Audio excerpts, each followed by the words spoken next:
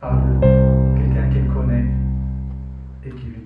demande d'intervenir pour lui trouver des candidats. Et donc cette intermédiation génère des problèmes dans la mesure où très souvent cette intermédiation... La communauté scientifique de la faculté de Suisse adhère aujourd'hui à l'approche d'une problématique qui concerne le Maroc et qui concerne l'Afrique et l'Europe. On sait parfaitement bien que la diaspora marocaine aujourd'hui joue un rôle très important au niveau du développement national, mais aussi il permet aux citoyens marocains de participer au développement de beaucoup de pays, que ce soit en Europe, en Afrique, au Moyen-Orient et ainsi de suite.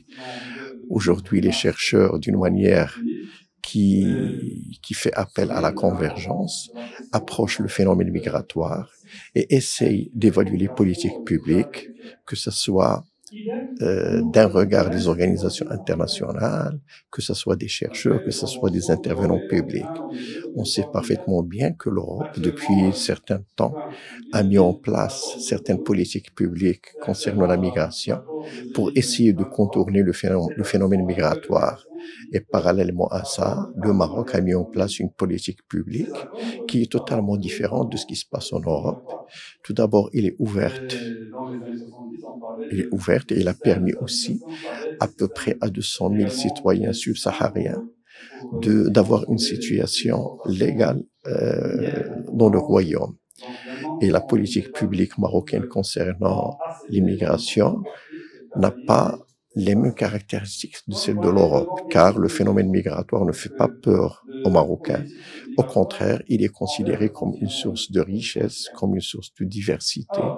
et une source, bien sûr, de partage avec les pays africains. C'est la raison pour laquelle aujourd'hui tout ce bon monde scientifique est ensemble aujourd'hui pour discuter, mais aussi pour mener une réflexion collective afin d'approcher ce phénomène. Aujourd'hui, nous organisons notre 4e édition du colloque international de Rabat sur la construction africaine et nous avons choisi cette année la thématique de la gestion des flux migratoires entre l'Afrique et l'Europe. Cette thématique est très importante et d'une actualité certaine eu égard aux accords conclus récemment entre l'Union européenne et des États de l'Afrique, notamment l'accord signé avec la Tunisie, avec la Mauritanie, avec l'Égypte, et un accord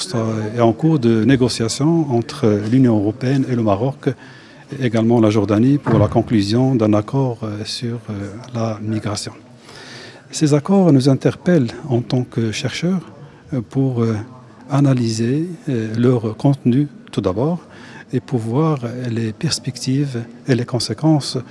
sur nos pays. D'autant plus que le Maroc joue un rôle important dans la gestion des flux migratoires entre l'Europe et l'Afrique. En témoigne l'existence, la présence à Rabat de l'Observatoire africain sur les migrations, qui est une institution rattachée à l'Union africaine et qui a comme but essentiel identifier les problèmes et coordonner les politiques entre les différents États membres de l'Union africaine. Ce colloque est très important également parce que, eu égard au discours politique dans les États membres de l'Union européenne, eu égard également à la montée du discours populiste et de la montée du discours sur les aspects sécuritaires de l'immigration,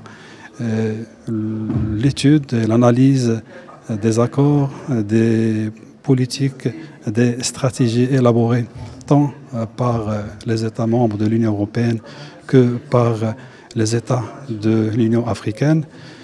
mérite une attention particulière pour identifier le nouveau statut des migrants africains dans l'Union européenne, la politique d'externalisation adoptée par l'Union européenne et également ce lien étroit qu'opèrent ces nouveaux accords entre la lutte contre l'immigration clandestine